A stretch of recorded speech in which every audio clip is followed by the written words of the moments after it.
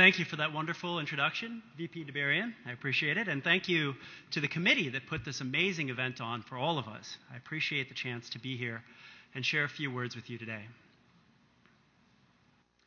So, my mom loves telling stories about when her and my dad first came to America.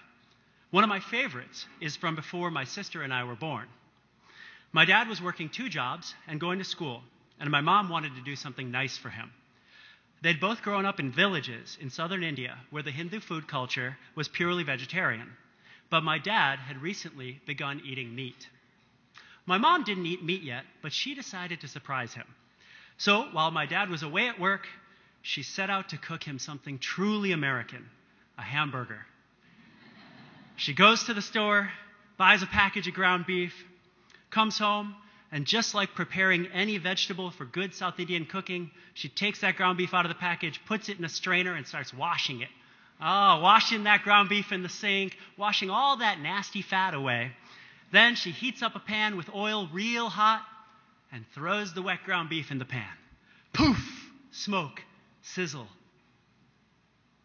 My dad talks about coming home to find my mom really upset. And there's his burger, looking like a crispy hockey puck on the plate. Wisely, my dad strapped a smile on his face and he ate that thing. So why talk about my mom and dad? First of all, an Asian and Pacific Islander graduation ceremony is not possible without our family and our communities. So let's make some noise for these folks tonight.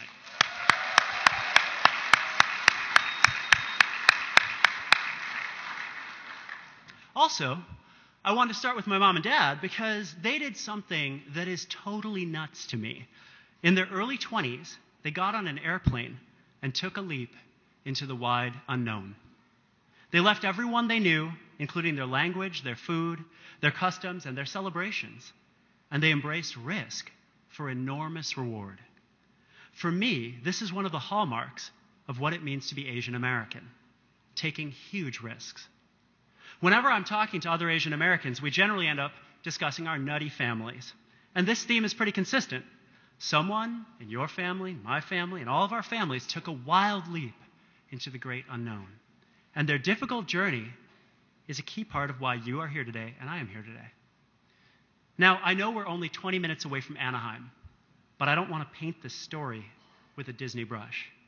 For many Asian American families, the leap into the unknown came on the heels of war, hunger, refugee camps, government relocation programs, religious persecution, and tremendous loss. The response to this hardship, however, is critically important. We didn't lay down and die. We took the risk to keep struggling and moving forward. I wanted to start this keynote talking about risk because I feel like our community is typecast as safe, reliable, and risk-averse.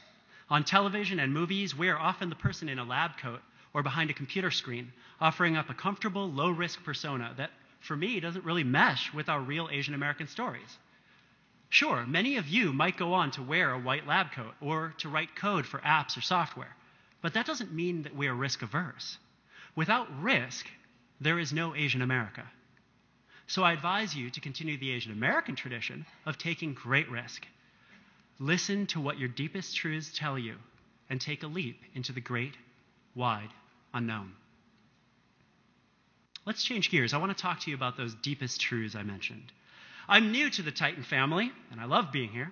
In my current role, I serve as an Associate Vice President in the Division of Student Affairs. Prior to this job, my entire adult career in higher education has been in cultural and identity centers. I've spent 15 years working on issues of inclusivity, diversity, power, privilege, and oppression. Working with students and staff to make campuses more culturally vibrant and safe has been an extremely rewarding journey. But I'd be lying if I told you I did it just because I love the students or I love the ideas. In reflection, my long career in multiculturalism has really been about me trying to reconcile my own experiences growing up. I've been searching for answers to the questions that haunted my adolescence. For a variety of reasons, my parents moved my sister and I into a low-income, high-crime, all-black neighborhood at the northern edge of Chicago in 1986. Crack had recently hit the streets, and gang activity was abundant in my little community. I was 8 years old, and my life would never be the same again. I'd love to romance you with a story of how I learned to be street smart in the hood, and then I leveraged my ghetto wisdom to conquer high school and college and beyond, but that's just not real for me. I spent much of my middle school and high school years deeply afraid and stressed out. As one of the only Indian kids in my community, I had a target on my back, and I was frequently bullied and harassed for being Asian American. When I went to a large, diverse high school, I remember being around wealthy white kids for the first time, and I thought, maybe my life will get better now. Nah. My first exposure to extreme class difference was a baptism in shame. I'd always felt different for not being black like my peers, but now I felt poor for the first time. My parents were still getting their feet under them and sending money home to India. They couldn't afford any of the markers of wealth that might have helped me blend in with the wealthy white kids. New sneakers and new clothes every season were not going to be part of my solution. Caught between the frequent targeted violence from my black peers and the shaming and emotional isolation from wealthy white students, I often felt like being Indian was some sort of cosmic curse. I hated it, and I stopped speaking my native language at home. I stopped watching Indian movies with my family, and I demanded that my mom cook more American food. Needless to say, I was a hot mess. In college, I got hooked up with the Campus Multicultural Student Center through random chance. On the real, I was just looking for a job, but I found myself in an affirming space for the first time. The Multicultural Student Center was an environment that allowed me to explore the questions I carried out of my adolescence. Why does urban poverty exist? What is the history of Black and Asian American relationships in this country? How do we build coalitions across difference? How does socioeconomic class actually work? How can I work successfully with white people to make change? How do I understand all of the parts of myself? I'm not just Asian American. I'm also a man, I'm heterosexual, I'm able-bodied, etc., etc., etc. At the end of college, I was offered a chance to work full-time in multicultural student affairs at the University of Wisconsin-Madison. And for me, this was a no-brainer. I was like, wait, they want to pay me to continue to find answers to my questions? Sign me up. And in my 20s and 30s, I developed my adult professional identity. And within my chosen profession of student affairs, I came to be quite well known as a social justice educator. But the truth of the matter is that I spent a decade and a half trying to banish my ghosts and exorcise my demons. The experiences I had as a teenager continue to occupy space in my soul, exerting constant pressure on my consciousness. The search for answers to these questions, however, led me deeper and deeper into my true self. The questions that got me out of bed in the morning steered my career, and they were tied to meaning and purpose because they emerged from the subterranean stirrings of discomfort buried in my heart since I was a little boy. My deepest truth impelled me into social justice education in the hopes that maybe one day my own children might be able to have a childhood free from pain and fear. A childhood where they didn't come to understand what it means to be Asian American simply by learning that they weren't black or white. As I look out at all of you, you're at a crossroads. The steps you take from here will be the foundation for your life path. And the years after graduation can feel particularly scary because for the first time, it can feel like you have no plan, no schedule, no compass. I urge you to find your compass within. What are the questions that haunt you? What is the discomfort lodged in your deepest self? How can you center your journey on meaning and purpose so that the long arc of your career is one of self-discovery, service to others, and true fulfillment? Looking back and looking within can often be painful, shameful, and even disheartening. But these emotions can be markers for our deepest truths. These truths are our guideposts for a life lived with integrity. Last story. Let's end on a high note. I want to tell you about two people, brother Wat Misaka and sister Patsy Takemoto. Wat Misaka was born in 1923 in Ogden, Utah, a second-generation Japanese American. He played basketball for the University of Utah and, in 1947, was drafted into the NBA to play for the New York Knicks. Now, you might be thinking, so what? Well, brother Wat is the first person of color to play in the NBA, not the first Asian American, the first person of color. In 1947, the same year that Jackie Robinson broke the color barrier in Major League Baseball, Watt broke the color line in pro basketball, an Asian American. How about Sister Patsy Takemoto? Patsy was born in 1927 and worked as a prominent attorney in Hawaii in the 1950s. After being involved in Hawaiian state politics, Patsy ran for congresswoman and in 1965 became the first woman of color in the US Congress. Not the first Asian American, the first woman of color. She went on to be a prominent advocate for civil rights and co-authored the Title IX legislation, which has opened doors to women in education for decades since.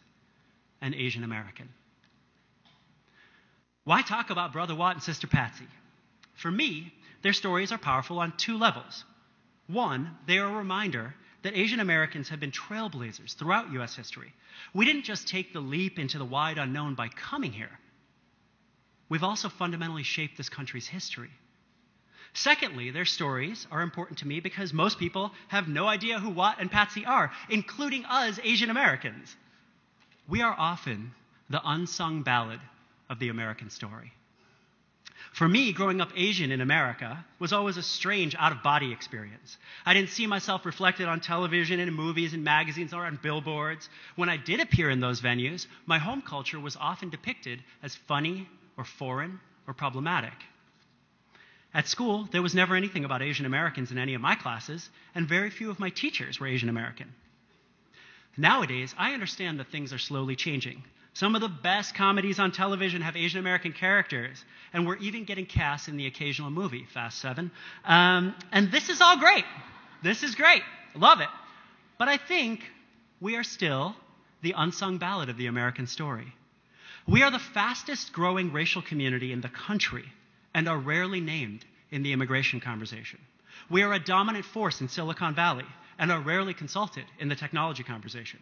Our Pacific Islander brothers and sisters have been the fastest growing group in poverty since 2008, and yet we are absent from the national conversation on poverty. We are one of the fastest growing racial groups to attend community colleges, and yet we are on the sidelines of the college access conversation. I don't know about you, but I find this infuriating. We are the unsung ballad of the American story. So here's the deal. We've got to start singing, folks. I'm not going to wait for television and movies and history books and English teachers and McDonald's commercials to tell my story. I'm going to sing it and I'm going to holler it. I want you to join me, each and every one of you, because who's going to sing your story and Watt's story and Patsy's story if not for us? I want you to reach inside and find your inner Kelly Clarkson and belt out your deepest truths, your family memories, and your hidden knowledge. I don't know if you know your story or your people's story, but I want you to take the risk to discover it. If your parents don't like talking about it, that's cool. Find that one uncle that can't shut up and get him going on about the good old days. Be the Indiana Jones of your own personal Asian America. Dig up the treasure, steal back the suppressed memories, and then shout it from the rooftops. Find other Asian Americans to add their harmony to your melody and make beautiful music that freezes our Black, Latino, Native, and white brothers and sisters in their tracks and gets them asking, why don't I know anything about Asian America? And finally, let your ballad shape your dreams, and your dreams shape your questions, because it's the questions that will guide you through a life lived with passion, conviction, and integrity. And then, my friends, Asian America will be a ballad unsung no more. Thank you, and let's have some fun, class of 2015.